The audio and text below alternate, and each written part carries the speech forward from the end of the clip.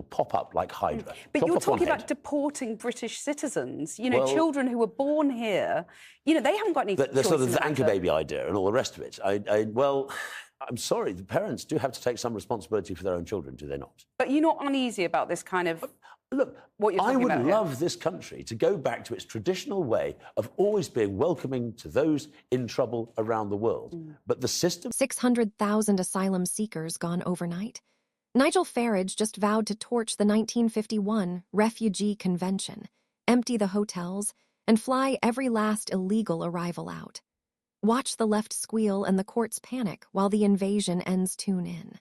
About the very angry language that you're using today. I mean, I'm sure you've seen this 1970s poster knocking about today. I hadn't, but OK. Right. Make Britain great again. Yep. Stop immigration, start repatriation. I mean, it's a National Front leaflet, but it could be yours, couldn't it? And you've got Graham Stringer, Labour MP, saying leave the ECHR.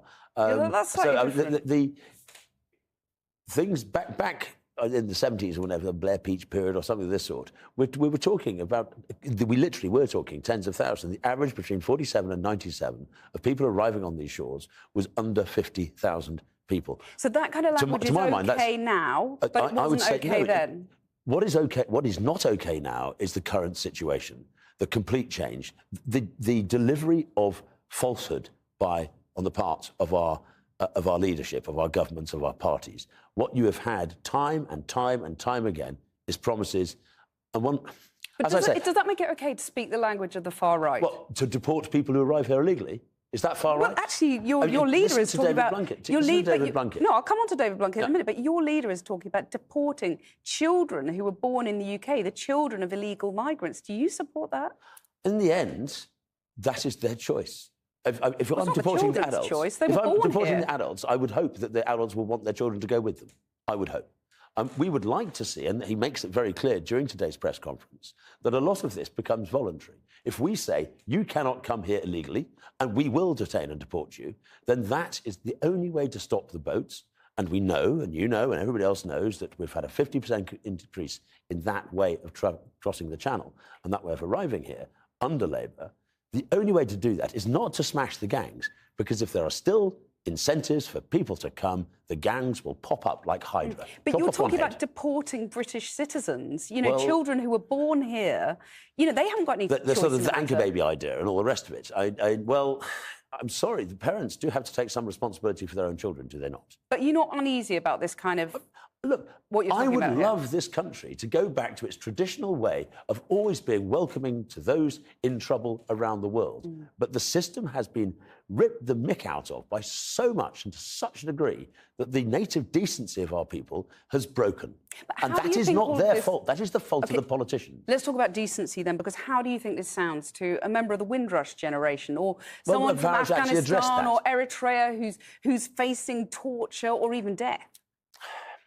We are not responsible for the whole world's problems. We are responsible for the people of this country. How does somebody who served our country and is living on the streets feel about the hostels and the hotels being provided for people who arrived here on the boat? We don't know who they are undocumented. In some cases, they've been arrested for alleged terrorist activities. And yet our own ex-servicemen still sleep on the streets. How do they feel? Those are the people I care about. I'm sorry, I don't care about the whole world.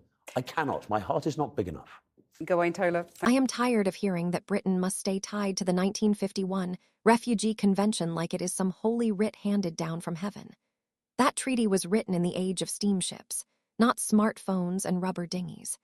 It was written for people fleeing Stalin's tanks and Hitler's ovens, not for young men with Instagram accounts who cross 7 safe countries to reach the welfare office in Leeds.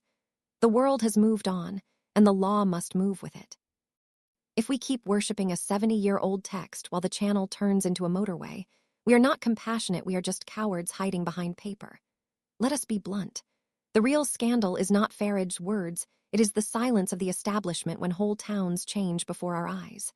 In parts of West Yorkshire and the East Midlands, the share of foreign-born residents has doubled in a single decade. In Boston, Lincolnshire, almost 1 in 4 residents was born abroad. That is not diversity, it is replacement-level migration, and it is happening without a single vote cast for it.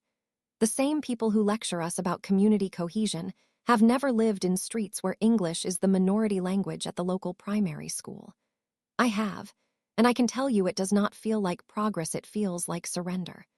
The argument that we must stay in the ECHR to protect our own rights is the biggest con since the diesel cover-up.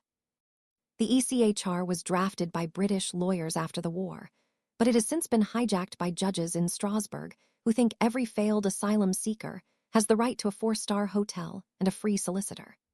The Human Rights Act 1998 did not bring rights home, it gave foreign judges a veto over our immigration policy. The Supreme Court can strike down any law it likes if it conflicts with Strasbourg's ever-expanding idea of human rights. That is not British sovereignty, it is legal colonialism. Australia, Canada, New Zealand, all common law cousins manage their asylum systems without the ECHR breathing down their necks. If they can, so can we. The 10 billion price tag reform UK talks about is not an expense, it is an investment. We already spend 8 million a day housing asylum seekers in hotels, that is 3 billion a year, not counting the cost of interpreters, legal aid, and the extra strain on the NHS. The Home Office's own figures show that only one of Albanian asylum claims succeed, yet Albanians still arrive in droves because they know the system is slower than a Sunday bus. If we built secure detention centers, processed claims in days not years, and chartered planes every week, the bill would fall faster than Labour's poll numbers. Rwanda has already offered to take deportees for a fixed fee less than we spend on a single week of hotel bills. The only thing stopping us is the legal lobby and their friends in the Labour Party. The moral blackmail about sending people back to be tortured is the oldest trick in the open borders playbook. In the real world, 90 of small boat arrivals are young men from countries like Iran, Iraq, Afghanistan, or Albania.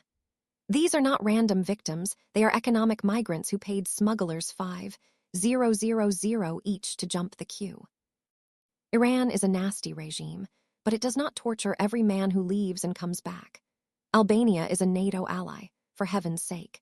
The idea that every failed asylum seeker faces death is a lie the liberal elite repeats because it saves them from admitting they have lost control. We do not test every visa applicant for risk of torture, we test their claim against known facts. The same rule must apply to boat arrivals. I am sick of being told that concern about mass migration is far right. The far right is a tiny fringe that wants race war. The center right simply wants borders, like every other normal country. Israel has a wall, Australia has offshore processing, Denmark has declared parts of Syria safe for return. None of them are called fascist for it, only Britain is expected to apologize for existing. The real extremists are those who think 600,000 illegal arrivals in 5 years is manageable. That is the population of Glasgow. Imagine adding Glasgow to the country without building a single new hospital, school, or house. That is what Labour and the Tories have done. The Windrush comparison is a deliberate smear. Windrush veterans came here legally, on British passports, to rebuild the country after the war. They served in the RAF, drove our buses, nursed our sick. The small boat arrivals of 2024 are not Windrush. They are overwhelmingly male, undocumented, and have no legal right to be here. To lump them together is to spit on the memory of people who played by the rules. It is the legal migrants, the Indian doctors, the Nigerian engineers, the Ukrainian refugees who waited in the queue who should be furious. They followed the law, paid the fees, and now watch queue jumpers get housed in 4-star hotels. If that is not a moral scandal, what is? The claim that we need mass migration to pay for pensions is another myth that dies the moment you look at the numbers. The Office for Budget Responsibility admits that migrants age too. After 10 years, they bring dependents, who cost more in schools and hospitals than they pay in tax. The only way migration solves aging is to import an ever larger pyramid of young workers, a Ponzi scheme that ends when the country runs out of space. Japan has low migration and high-tech robots. Britain has high migration and food banks. Which model looks healthier to you? The truth is simple, the establishment has lost the consent of the people. In 2022, YouGov found that 70 of Britons want immigration reduced, including 58 of Labour voters. Yet every major party until Reform UK treated those voters as if they were bigots. That is why Reform UK is polling at 20 in red wall seats that voted Labour for a century. It is not because Nigel Farage is a wizard, it is because the other parties left the field wide open. When the Prime Minister has to tweet if you come illegally, you will be detained, you know the center ground has already shifted.